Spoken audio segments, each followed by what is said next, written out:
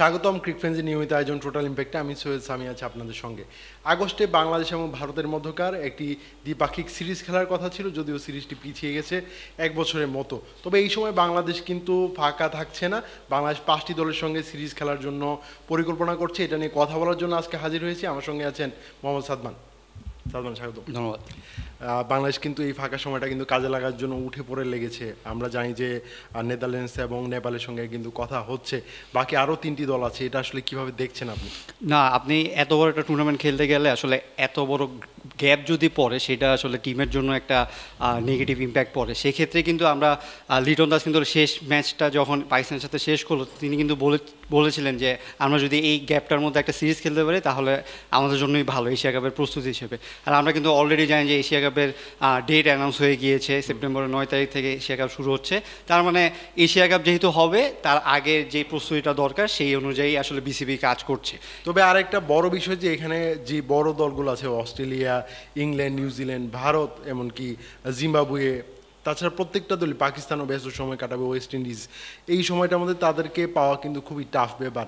So বাংলাদেশে কিন্তু অপেক্ষা করতে হচ্ছে এই ছোট দলগুলো যারা আসলে ফ্রি আছে তারা কি এই সময়টাতে খেলবে কিনা। না, এখন এই যে 5টা দলের কথা যে বললেন ফার্স্টে, এই যে 5টা দলকে নিয়ে আলোচনা হচ্ছে, দুইটা দল কে কে হতে পারে সেটা কিন্তু আজকে নাজমুল আবেদিন ফাহিম প্রেস কনফারেন্সে বলেছেন, নেপাল এবং নেদারল্যান্ডস। যে দুইটা দলকে হয়তো কখনোই বাংলাদেশ ওইভাবে আগে অ্যাপ্রোচ করেনি যে তাদের সাথে বাইলেটারাল সিরিজ খেলার জন্য, কিন্তু এখন যেহেতু কোনো বড় টিম নেই বা এই সময়টা ইন্ডিয়ার আসার কথা ছিল, সো সেই অনুযায়ী অন্য কোনো বড় টিমও অ্যাভেলেবল না, সো তাদের সাথে আসলে খেলা নেই দেখে এই ছোট দলগুলোর জন্য তারা অ্যাপ্রোচ করছে। আমরা এটা নিয়ে আলাপ আলোচনা হচ্ছে, কারণ বেশিরভাগই দেশ অলরেডি তাদের প্রি স্কেজুল প্রোগ্রাম আছে। আমাদের এখানে তো ভারতে আসার কথা ছিল, কাউন্টিং অন দ্যাট যে ওটা খেলে আমরা এশিয়া কাপ খেলতে যাব। যেহেতু ভারত এই মুহূর্তে আসছে না, আমাদের একটা চেষ্টা আমরা করছি অন্য কোনো দেশকে আনা যায় কিনা। লিডিং কোনো দেশ এই মুহূর্তে অ্যাভেলেবল না, কারণ তারা তাদের প্রোগ্রামে ব্যস্ত আছে। আমরা মনে হয় অন্য কোনো দেশের সাথে, এটা হতে পারে নেদারল্যান্ড, হতে পারে নেপাল, হতে পারে এমন কোনো দেশের সাথে হয়তো আমরা শেষ মুহূর্তে সেই চেষ্টা এই মুহূর্তে করে যাচ্ছি। আমি জানি না তারা হোম সিরিজে তো আমরা ফোকাস, হ্যাঁ সেটাই হয়তো আমরা চেষ্টা করব। সেটা যদি সম্ভব হয় সেটা চেষ্টা করব।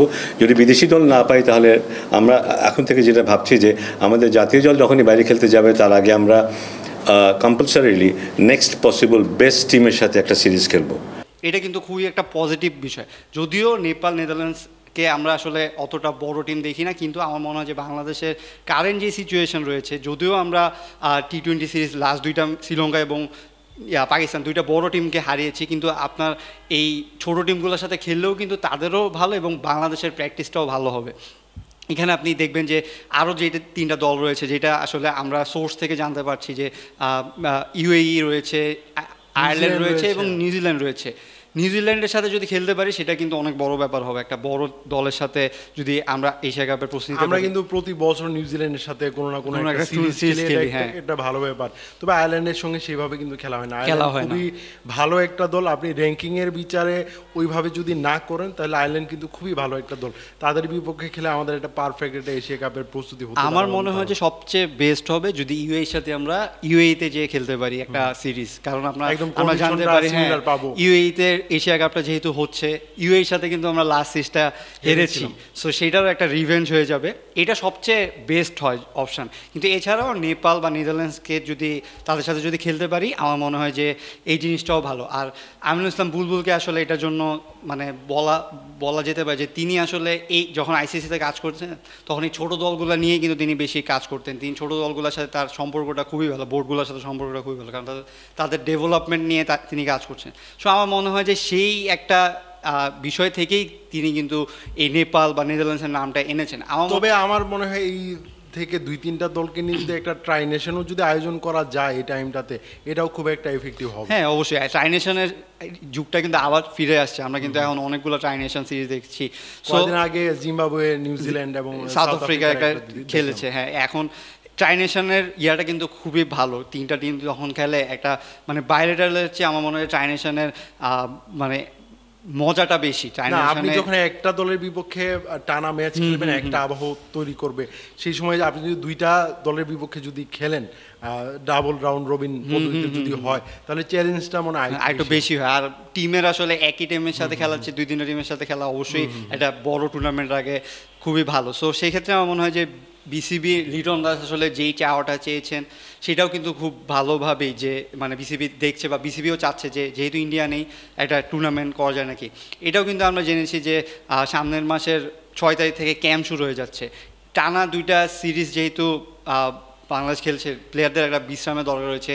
আমরা দেখছি যে লিটন দাস ঘুরতে গিয়েছেন এবং এটা একটা মানে মাইন্ড ফ্রেশের জন্য এই গ্যাপটা দরকার। এরপরে তারা ক্যাম্প শুরু করবেন এবং আমি আশা করব যে সিরিজগুলো নিয়ে যেহেতু কথা হচ্ছে, এশিয়া কাপের ডেট অ্যানাউন্স হয়ে গেছে, আমার মনে হয় যে একটা সিরিজ খেলা খুবই গুরুত্বপূর্ণ। তবে আমার মনে হয় যে এই গ্যাপটা কি খুব বেশি কম হয়ে যাচ্ছে কিনা, যেহেতু অলরেডি 26-27 তারিখ, আপনি 10 দিনের মতো একটা গ্যাপ পাচ্ছেন। এই 10 দিন কি এনাফ কিনা যে ক্যাম্পের আগে বা এশিয়া কাপের এখন আপনি বড় একটা টুর্নামেন্টের আগে আপনি মেন্টালি রিফ্রেশমেন্টের আসলে সুযোগটা পাচ্ছেন না। এখন প্লেয়াররাই কিন্তু আসলে খেলতে চাচ্ছে, প্লেয়াররা যে খুব বড় গ্যাপ চাচ্ছে বলে আমার মনে হচ্ছে না। হয়তো এই গ্যাপটাই তাদের সাথে কথা বলেই হয়তো বলা হয়েছে যে ক্যাম্পটা কবে শুরু করলে ভালো হয়। অবশ্যই সিনিয়র যারা রয়েছে ক্যাপ্টেনের সাথে কথা বলেই সেইভাবে শুরু করছে। কারণ আপনি বড় একটা টুর্নামেন্ট খেলতে গেলে আপনার মনে হয় যে খেলার মধ্যে থাকাটাই ভালো। বেশি দিন গ্যাপ গেলে আপনার একটা মানে রিদমটা নষ্ট হয়ে যায়। যেহেতু আমরা টি-20 ফরম্যাটে এশিয়া কাপটা হবে, সামনে টি-20 ওয়ার্ল্ড কাপ রয়েছে, আর আমরা ভালো খেলছি। হ্যাঁ, আমাদের টিমটা আসলে মনে হচ্ছে যে বিল্ড আপ হচ্ছে। সো আমার মনে হচ্ছে যে যেই গ্যাপটাই আছে সেটাতে মাইন্ড ফ্রেশ হয়ে এরপর আবার ক্যাম্পটা শুরু হবে এবং আমরা হয়তো কোনো একটা সিরিজ দেখতে পারবো। ধন্যবাদ স্যার, সময় দেওয়ার জন্য। দর্শক, ক্রিক ফ্রেন্ডের নিয়মিত আয়োজনে আমাদের সঙ্গে থাকার জন্য ধন্যবাদ। পরবর্তী কোনো পর্বে অন্য কোনো বিষয় নিয়ে আবার কথা বলবো, সে পর্যন্ত আমাদের সঙ্গে থাকুন।